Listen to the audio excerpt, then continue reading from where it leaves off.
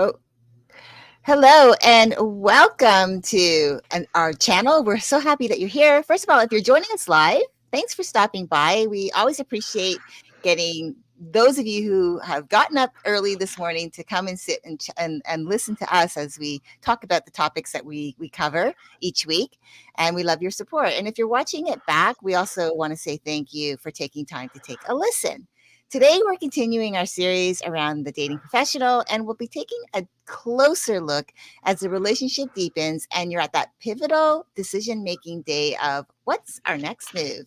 Today's topic is all about whether or not the decision to move in together is the right one for you and your relationship. But before we get started, let me tell you who I am. I'm Leslie Cadet. I'm a self-care coach for women. I help them prioritize self-care to support them in life and business so they have more energy, more joy, more focus, more intention around what they do on a daily basis. And that includes also how they show up in their business and serve their clients. And I'm here with my amazing co-host, Andy Lidstone. Andy, please tell us who you are. Thank you, Leslie, and thank you for your introduction. As I've said every time, I love your introduction every time. It inspires me. It's brilliant. So thank you, everybody. I'm Andy Lidstone. I'm the unconditional coach. I help people around boundaries and control issues, different kinds of situations with that, different kinds of relationships, different kinds of scenarios, different kinds of things that might come up around boundaries. So today's topic's a good one, especially concerning boundaries, but for many reasons, actually, it's a good one. It's that point when a couple gets to that they decide, should we move in together? And it's an interesting point because some couples choose never to move in together until after they've been married. That is the traditional way to do it. This is the old school way to do it, and that's what I mean by traditional. The the way that things used to get done. It's not very common that that happens anymore, but there are still people who do that, and I don't want to talk about them in any kind of a dismissive kind of a way. Some people do choose to leave the important decisions until after the wedding day or until the wedding day, and that's when they decide to move in together. That's a valid way to live. It's a valid set of values to want. That's a valid choice to make. However, that's not what we're talking about today. Today we're talking about those people who do decide to move in together before they've been married. While they're still dating, while they've decided we're in a committed relationship. We've been dating for a little while. We've decided that this is probably going to work out for us, and let's test the next stage to see if it's going to work out that way. And I think this is an important topic to discuss because for many couples, it is a an accidental decision that we make. Sometimes the man will invite the woman over for dinner and the evening, and she will stay. And sometimes she doesn't go home for a couple of days, and then a couple of days turns into a couple of weeks, turns into a couple of months, and then she just never goes home. Or sometimes it's the woman who invites the man over, and that's what happens. I've seen several situations of either side being the one with the home. And that's what happens. It's just an accident. And there was never really much of a discussion until they've been there for 2 or 3 or 4 or 6 or 10 months. And you're like, are you going to go home now? Right? And they stopped paying rent 6 months ago. Right. So it's this is an important decision to make because it really can change the dynamics of your relationship. It's one of the most important decisions that changes the dynamics of your relationship. So, like often, I want to talk about your experience um, of what it was like for you to move in with somebody, or did you It's even so do that? funny. Yeah, it's so funny that just even touching on that, I'll talk about my husband in a second, but yes. So I have lived with someone before I got married. I lived with someone for almost 5 years. He was all wrong for me, of course. This was the relationship I've talked about in the past. And so, of course, I never really that relationship, I think it taught me a lot of what I didn't want. Mm-hmm. Um, but when I did meet my husband, so this is really an interesting, just because of how you said, we didn't really necessarily have the conversation at first. So we were like a whirlwind, like it was quick. We met on a Friday, we talked for a few days, and I've talked about this in the past, how we spent several hours getting to know each other on the phone before we saw each other again. But it was really only 4 days from when I met him that we saw each other again in person. He came over for dinner. We spent a few hours together talking and talking more and getting to know each other more. And then he went home. And the next time he came back, which was the following Friday, so it was a week late after I'd met him, he was already in my home. And he was living there with me right away, and didn't leave. And it was like that for about a couple of weeks. And then I just got panicked. And I said, this is moving too fast. I need you to go home. Now, it could have turned out one of two ways, right? It turned out either he could have gotten upset, angry, belligerent, that kind of person saying, well, I've been here this long. What's the deal? But he was very respectful and he said, yeah, no problem. And so he went home. And what ended up happening was we weren't necessarily living together, but he stayed quite often. So what ended up happening after that was like when he respected my request without having any issue with it, without making me feel bad about it, without being condescending or rude, it made me feel, okay, this person is respectful. And so I ended up saying, you can come back. I said, like the next day, it was like, you can come back. So he did end up coming back, but he didn't let go of his place for about 3 months. He still kept his place, or actually a little bit less time. But when we decided, it was like we made the decision. We knew right away that we wanted to be together. This was right. We talked about every important topic, including the relationship, what it would look like, where we would live, that we would, we both were on the same page of marriage. And so we ended up, deciding for him to give up his place. We were both renting, so he gave up his place because he was living with roommates and I was living alone. And so he came and he moved in with me. Um, it's again, in our situation, it was a little bit different, I think, because, he was 34, I was 32 when we met. And we had already he was ready. He'd gone through several years of really trying to find what he wanted and figure out his life before he committed to having a long-term, uh, serious relationship with someone. And it wasn't that he didn't date, but he wasn't seriously dating. And for me, I had already been dating seriously and knew what I wanted in a partner. And so by that time, when we finally figured out, okay, it was very quick, but we knew.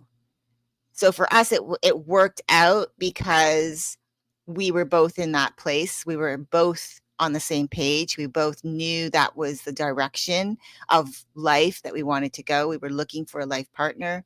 The story, for those of you who don't know the story, is when I did meet my husband, one of the things he's often talked about was that morning that we met, that morning of the day that we met, he actually woke up with this um, overwhelming feeling that he was going out that night to meet his wife. And he was going to a place that he had often gone to, which I sometimes went to.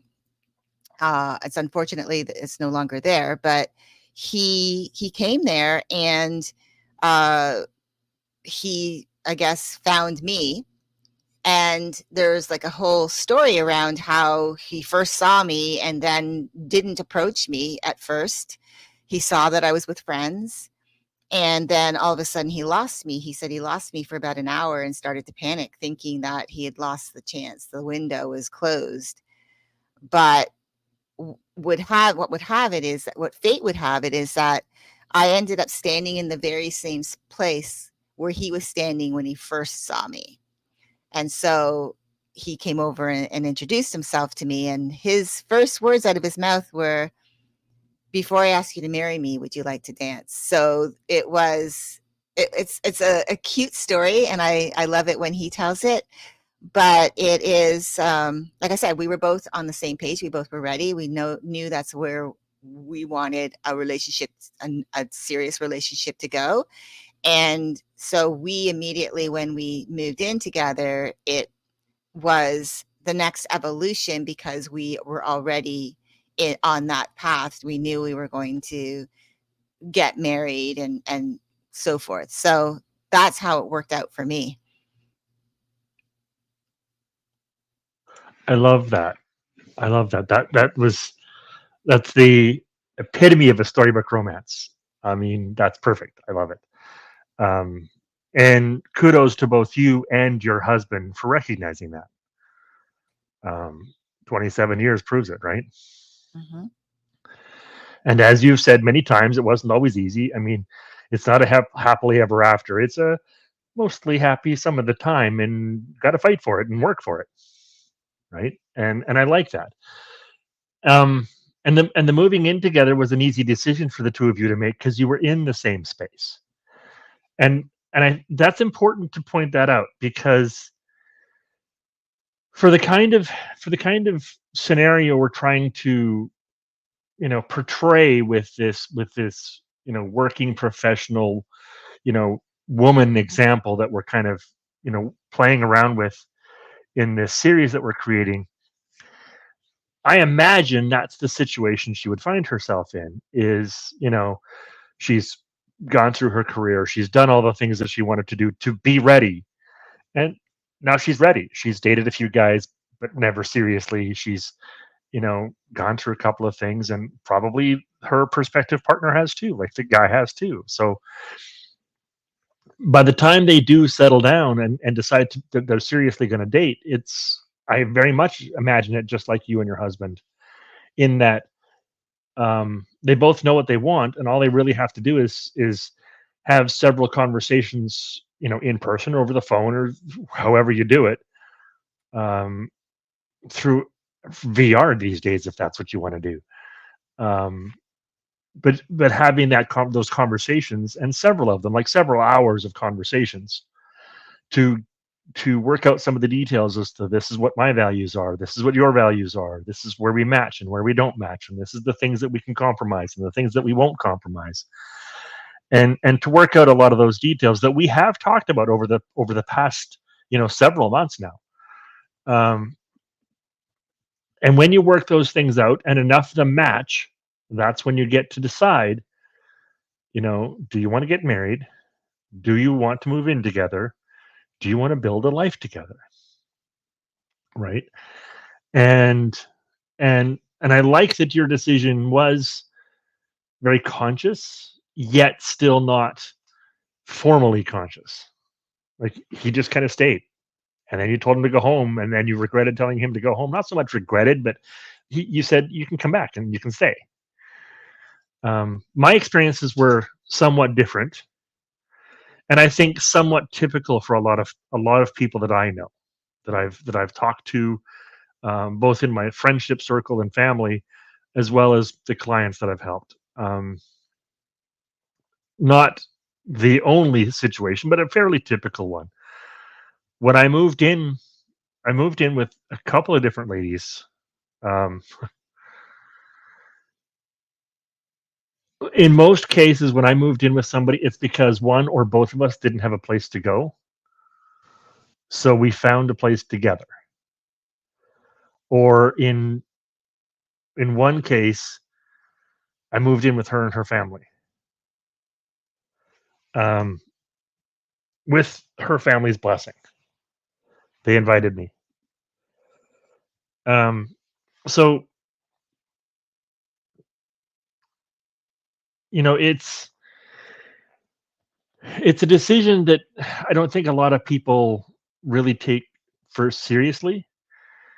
But when I did move in with different people, I didn't do so accidentally. I mean, I've moved in with people accidentally, but never somebody I was dating.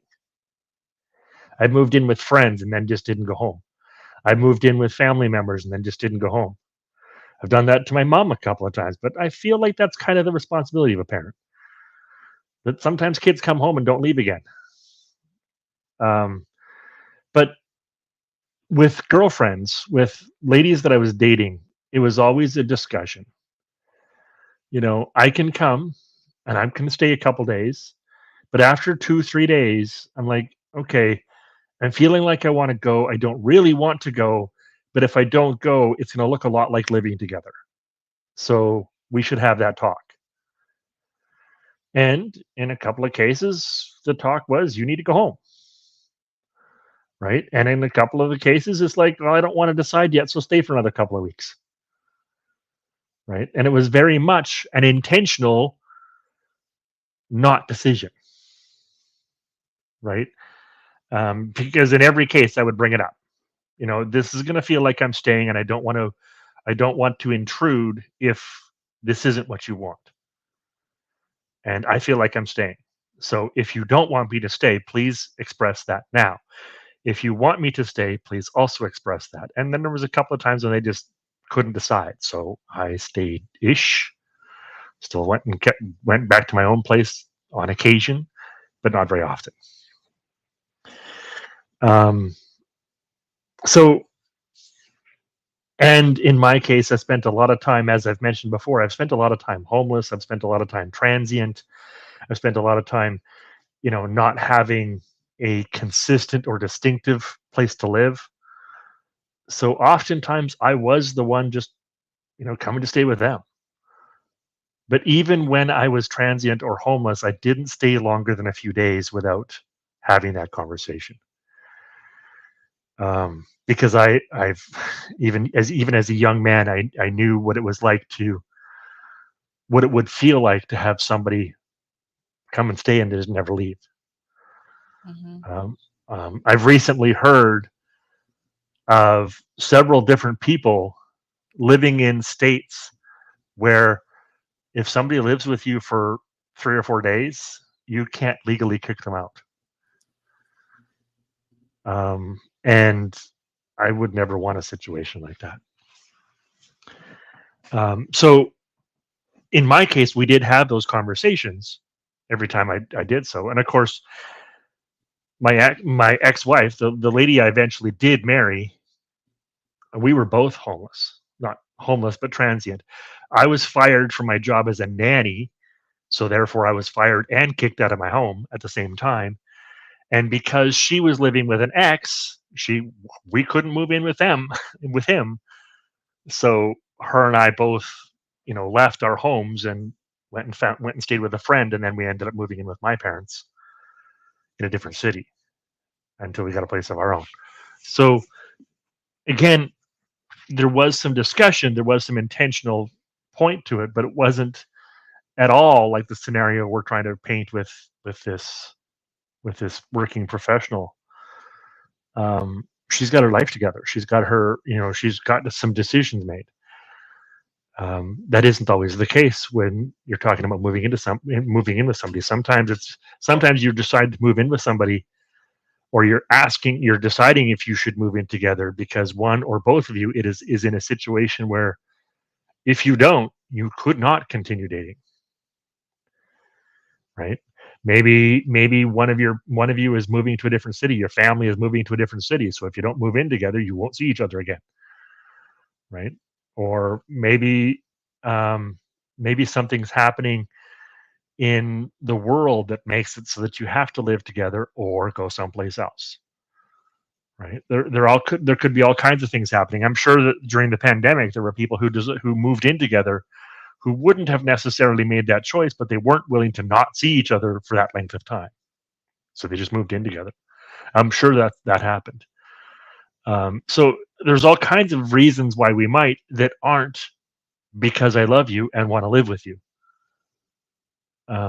So these are this is what we're talking about, is this is the decision that you can make, and when you make it, what factors would you include, what factors would you talk about. And in my friends, in my circle, and in my clients, a lot of the time the factors that are included have nothing to do with the relationship, right? Whereas the factors that you and your husband considered were entirely about the relationship. So I'm glad that we had that juxtaposition of the two scenarios, because it points out the dramatic differences in the factors that we could choose to make that decision. And I think it's important to make that decision consciously. Yeah. No, I agree. And I think I fit into that model of the working professional because I had at that time I was already, in deep into my career as a legal assistant several years by then. So at least, yeah, I guess it was I was 19 when I started, so when I met him, I was 32. So that tells you that it's at least it was over a decade that I'd already been into my career. So I was that working professional now figuring out what was next. Um, you know, the shared the shared lives aspect as well. Um, Aside from the pandemic, and I'm sure, like, you're probably right, a lot of people did that because if you live alone and then you're told you can't be around people, it must have been very challenging for a lot of people, and especially if you had a new relationship with someone that you were exploring, but you weren't sure where it was going, and making that decision to move in together.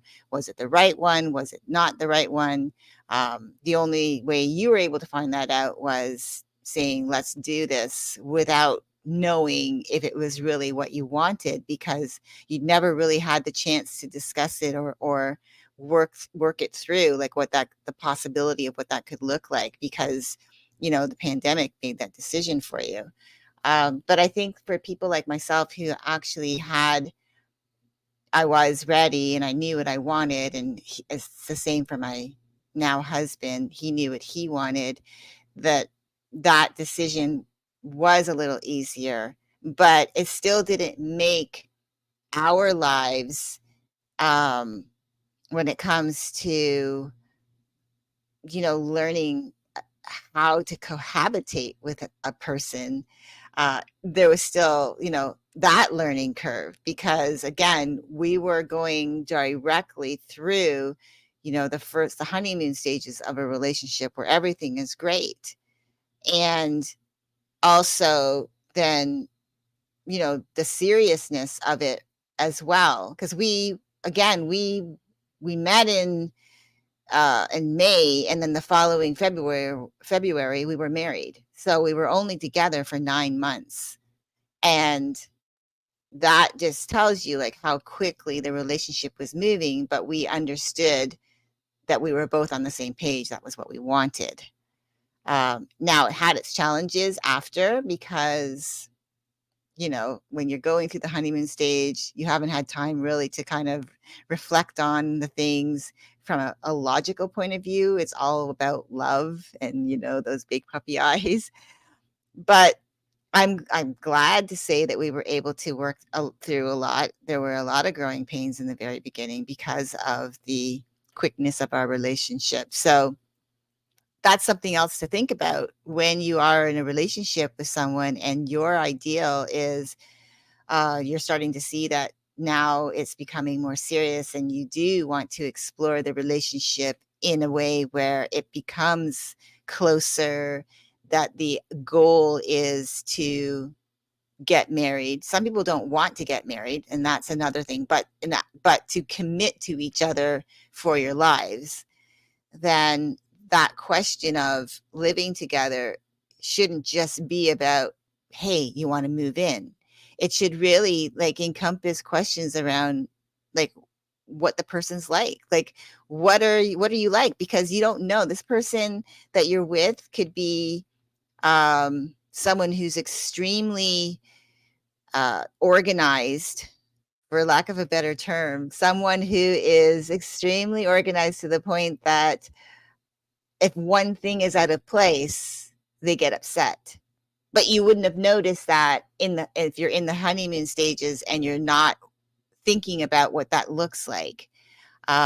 So maybe it is doing a trial run of it to see what it looks like, to see what possibly living in the same space looks like, doing a trial run, because maybe that will show you what a person's like, with respect to their cleanliness, to do they pick up after themselves, or are they lazy? That automatically, once they get into that situation where they're in with another person, that their expectations are, as an example, the woman cleans up after me. She does the cooking, she does the cleaning. Is that part of what you're signing up for? Because I know, just from experience of my friends, some of my friends that I've talked to about this, one of the things that women try, I think we try a little bit sometimes too hard to make sure that everything's perfect. And I remember, example, one of my friends telling me that the man in her life, she's no longer with him, but when they first got together, the man in her life at that time was very attentive. He would, he cleaned up after himself. He was very, giving in that respect. It was like a two-way street in that respect. And she kept saying, no, no, no, it's okay. I'll do it. I'll do it. To the point where then he stopped doing it. And then she became resentful. So it's like, really, like, what are your expectations? But also, you know, not also going that extra mile to say, oh, you don't have to do it, I'll do it, because down the road you might resent it if they think that, oh, well, she's going to do it or he's going to do it. So and even today, like in my own relationship, I've had to ask my husband, hey, I want you to take over this task, because he goes, well, you've been doing it. And I said, yeah, but you could step up and do it. He's like, okay, but unless you articulate what you want, they're not going to know. And on the flip side to that, if you articulate to them, oh, you don't have to do it, and then over time you become resentful that they're not offering that. See, when you have to have that, think about like what you're doing in the early stages. So living together changes everything, because it's not just you in the space and all of your things that you do, but how another person is. And you don't know their true self until you get into those a living in a together environment, and you start to really see the person as they really are in all areas. So yeah, that's my little take on that. I like that too. A couple of things I want to add to that. First of all, I like that you said, dude, to do the trial run. Stay for a couple of weeks, find out what they're like in their home environment. Now, first of all, or second of all, the first point I want to bring up is the in the honeymoon stages, you're not going to get who they really are. You're going to get the person who cleans up after themselves, whether they normally do or not.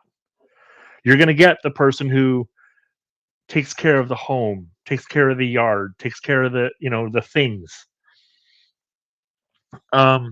Because almost always we're trying to put on our best foot forward. We want to impress you, especially if we're attracted to you. We've decided we want to build a relationship. When you do come over to my place for a couple of weeks, I'm going to try and clean it up a little bit. I'm not going to leave the mess I would normally leave. Right? That's what we normally are like. Some people will leave the mess on purpose so as not to leave the wrong impression, but even that's the wrong impression, because usually we will clean up some. We just leave a mess so that so that she doesn't think I'm clean all the time, but I'm actually not that dirty either. So you give a worse impression. A lot of people do that too. They give the worst impression instead, when neither are authentically who you are. And the other thing that I wanted to add is to do your best to be honest about your values. One of the things that I've discovered, both with myself and with clients, is a lot of times, like you've said, one couple will offer to do it. Oh, don't worry about it. I'll do it. Oh, don't worry about it. I'll do it. And then they'll get resentful later on. But part of the reason that they'll get resentful is because the second person never wanted to do that task. So they were almost relieved when you volunteered to do it, right? So be careful, because if you volunteer to do something hoping that that other person will step up, they may have never wanted to do that task, and it may have been a condition of the relationship for them that they don't do that task. And you might have been just trying to be polite, and that being polite could turn into resentment on your part and on the other person's part, right? I know lots of women who wanted nothing to do with the outside of the house, the the yard work, or the garage, or like any of those kind of outside tasks. And yet the man often would volunteer to do them, hoping that they could spend some time together in the garden later on in life. She just doesn't like to be outside. Or same scenario with the internal chores. So I know lots of guys who just don't want to touch certain tasks. So she volunteers to do them, and then resents him when he doesn't offer to help. And for him, it was often a condition of the relationship that he wasn't going to do some of those things. So it's important that we have these discussions, as you're talking about. It's important that we actually say, not only would you help me with this, but also these are the things I won't do, right? If there are some things that you just won't do, great. That doesn't have to be a deal breaker, unless the other person also demands that you do those things. Well, then it could be a deal breaker. If your values are that opposed, then you should know that before you live too long together, and especially before you get married, right? Um, because a lot of the times when we don't talk about those things, by the time we do talk about it, because it's become resentful, we never knew that the person actually wanted it this way, was really looking forward to for it to become this way, and it was a condition of the relationship. And here you are just being kind, when actually you didn't want to be that kind. You wanted to share the task. Mhm. So it's important to be clear about your intentions as early as you can be. As we've said with every other stage of this relationship, when you're moving in together, be as clear as you can, right? As I'm sure you and your husband did in those hours of conversations leading up to moving in together. Yeah, but I mean, still, like you were saying, it still was a learning curve because in the beginning of a relationship, even though we knew what we wanted, we were on the same path, we life path, we all of our, I guess, things that we wanted for our lives were lining up. We still had to learn about not only we learned about living together. I found, he was really, I mean, really great around the house, doing the things that he would do, like to clean and that. Um, but one of the things I noticed as after we got married was that it was extremely hard because we are now not only that we went from, you know, dating to becoming serious to then becoming married, and now we're moving away because we moved um, from Toronto to Florida. And I think that was the hardest year of our marriage. I mean, there were other years that were hard based on other things, but at that point we kind of weathered a lot of things together and we were more mature in our relationship. But that first year I think was really hard, and I sometimes remember asking myself, did I really sign up for this? Is this what I signed up for?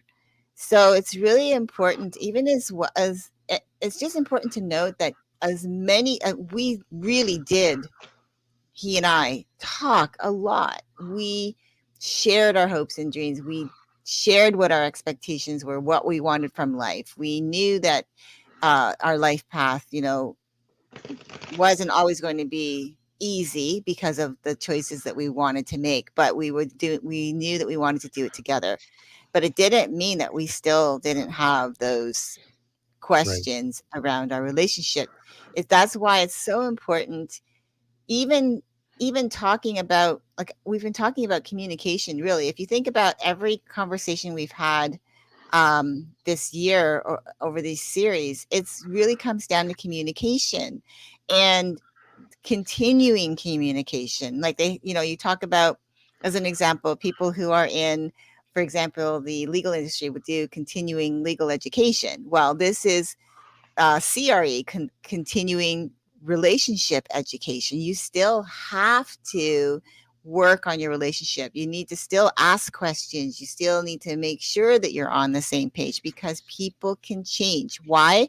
Because when you are together and you're married, or you're in a relationship and you're not always together 24/7, which means you're out and you are experiencing life, and things could come your way that you might want to change your mind around certain things that were what you wanted with your partner, and now you've got different ideals, and now you want to bring that into the mix. So you have to always be communicating, always understanding that things can change, but Yeah. change doesn't stay the same. Like, when I always think of the Rush song, like, around things change, but change, uh think nothing remains the same, but except change, I guess, is what they're trying to say, because change Yeah. does happen. And so, um, being open that things are going to happen that might change the trajectory of what you both discussed.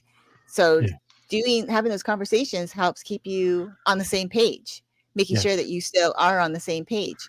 And Yeah. that includes even the living space, because you shared that the two of you, of course, your intention is you wanted to live by yourselves together, but it was the parents where you moved into, having that conversation, because what if that is what you want?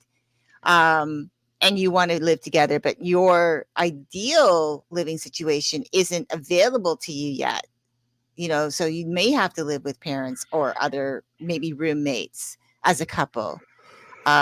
So that's just something I wanted to point out, because you know I think when there's like this one thing I notice about, especially as women, that I notice with some of the women that I knew growing up, as they were planning their weddings, it was all about the preparation for the wedding day and the honeymoon. But there was no real talk about what happened when life really started, which was, you're married, you're back home, and now you're going to work, you're providing for your home, and you're starting a life. That's where the marriage begins. You're just celebrating, you're solidifying your commitment in your wedding ceremony, and then you're going and celebrating it on your honeymoon. But when you come back, it's real life. So it's like there's all this preparation for the wedding day and the honeymoon, but what about the preparation for the marriage? And so this is why, when we talk about moving in together, it's really about, if this is the life path that you're on and that might be leading to marriage, that you have these conversations now about what the expectations are around the relationship as a whole moving forward, if it goes beyond just living together. Yeah. Well, and even if it doesn't go beyond just living together, even if you choose just to live together, maybe you don't get married, because, like you mentioned before, a lot of couples don't get married. It's still Mhm. the same commitment.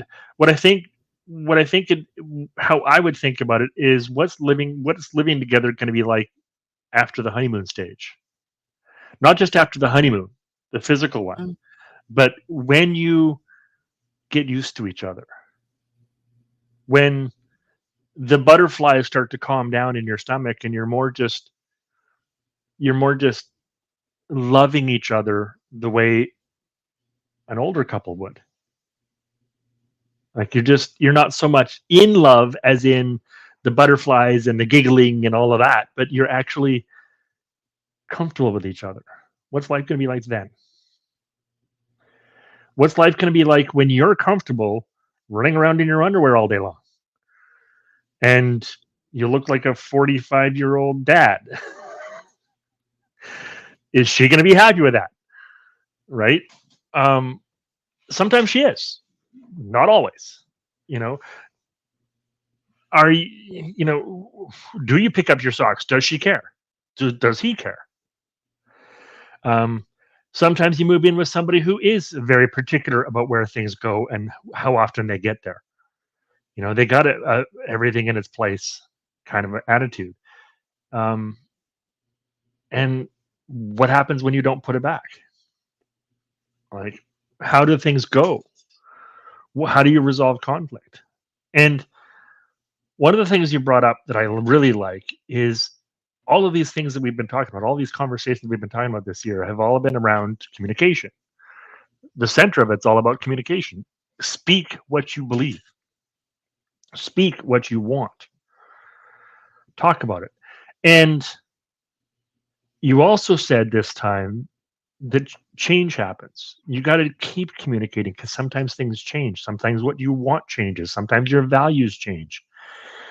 And I'll add another layer to that. It's important to keep learning how to communicate with each other because one of the conflicts that I've seen recently is two people who are really good at communicating. They get into a relationship with each other and they're really bad at communicating with each other, right?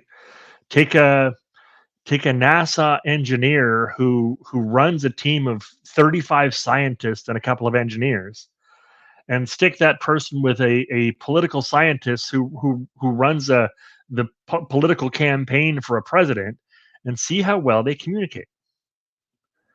They're brilliant communicators in their individual careers and their families and friends, but they talk completely different languages at home.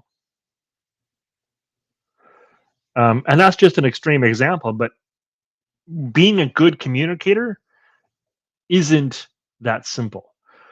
You become a good communicator when you surround yourself with people who talk like you talk, who want what you want. You don't become a good communicator because every person on the planet can hear you. That doesn't exist. Nobody can talk with everybody.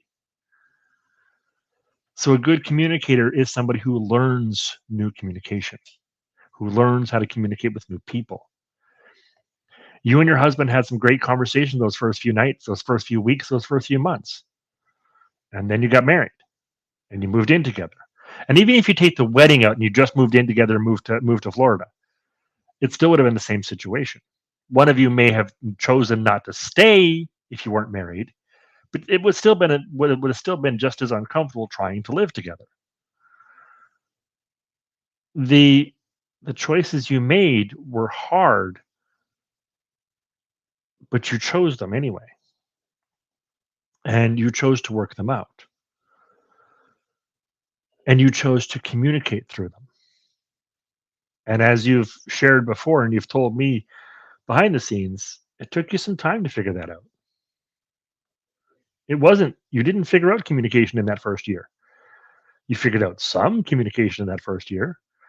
You figured out some communication in the 20th year, right? It's a forever going game. Like it's not something you never say, oh, we've got it all figured out now. Now we communicate right.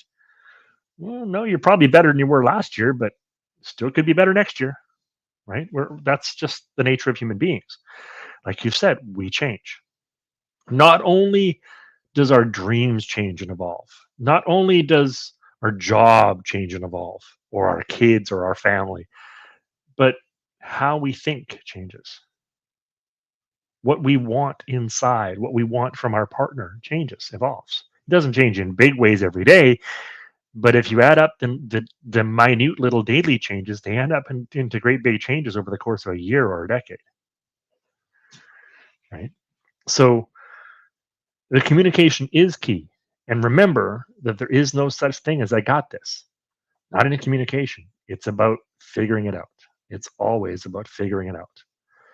Have patience with yourself, have patience with your partner, have patience with anybody you communicate with, because that's how you figure it out. You never got it. You're never good. You're never just settled. This is enough. It's a learning process forever. Get used to that and you'll find a happy life. Yeah, no, I love that. And I really think that we've kind of well-rounded this conversation to Yeah. this point that we've gotten out what we needed to say. I really think that there's a lot to take away from what we talked about. You know, I've given my life experience, you've given yours. We've Yeah. given some ideals around how to help someone who's Yeah. in that place, thinking about it in that decision making place. And really, it's like again, it's not when you're making that decision, um, do it together. If you, Mm, you know, don't make the decision for the other person. You know, that I think is a lot of pressure, especially then that puts pressure on the relationship when someone might want something more than the other. So be okay as well if they're not ready for that, or maybe they don't want to live together until they're married, and that's okay too. But making sure that you are okay with that they're okay with the decision before you just, because you don't want to force anyone into this, because that's correct. living together, yeah, living together is a whole different world than just, you know, once in a while spending the night at someone's home. So definitely make sure that you take that into consideration. I think, as I said, I think we've really covered this, and it's been a great conversation. I'm I really agree. excited for this. Yeah, so